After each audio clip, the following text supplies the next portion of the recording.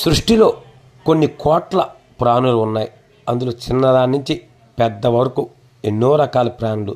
అయితే ఇక్కడ మనం చూస్తున్నాం ఒక తొండ తన మాతృత్వం కోసం ఎంత తపన పడుతుందో చూసారా. ఇక్కడ ఈ తొండ వచ్చి గుడ్లు పెడుతుంది. ఇలా ఎంతో బాధతో, అంటే దాని బాధ మనకు తెలీదు, ఒకరి బాధ ఇంకొకరికి తెలియదు అంటారు కదా, అలాగే దాని బాధ మనకు తెలీదు, మన బాధ దానికి తెలియదు.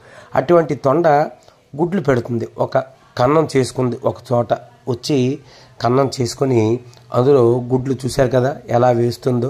తన మాతృత్వం అది. అలా గుడ్లు పెడుతూ పెడుతూ అలా అటు ఇటు కూడా అన్ని పరిసరాలు జాగ్రత్తగా గమనిస్తుంది. చూశారు కదా, ప్రతి ప్రాణికి కూడా మాతృత్వం అంటే ఎంత మమకారమో. అటువంటిది తన పిల్లలను గుడ్ల రూపంలో ముందు కనింది. తర్వాత గుడ్లు వేసిన గొయ్యిపై అలా కాసేపు పొదుగుతూ కూర్చొని ఆ గుడ్లను మరి ఏం చేస్తుందో తెలియదు.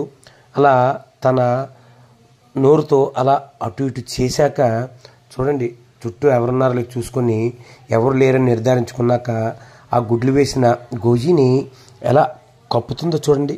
నిజంగా ఇలాంటి దృశ్యం అయితే మనం చూడలేము. ఎవరెవరో డ్యాన్సులు డైలాగులు లాంటి దృశ్యాలు అయితే ఎక్కువ చూస్తాం. కానీ ఒక చిన్న ప్రాణి తాను పొదిగిన గుడ్లను రక్షించుకునేందుకు తనకున్న చిన్ని కాళ్ళతో చూసారా ఎలా కప్పుతుందో ఆ గోతిని.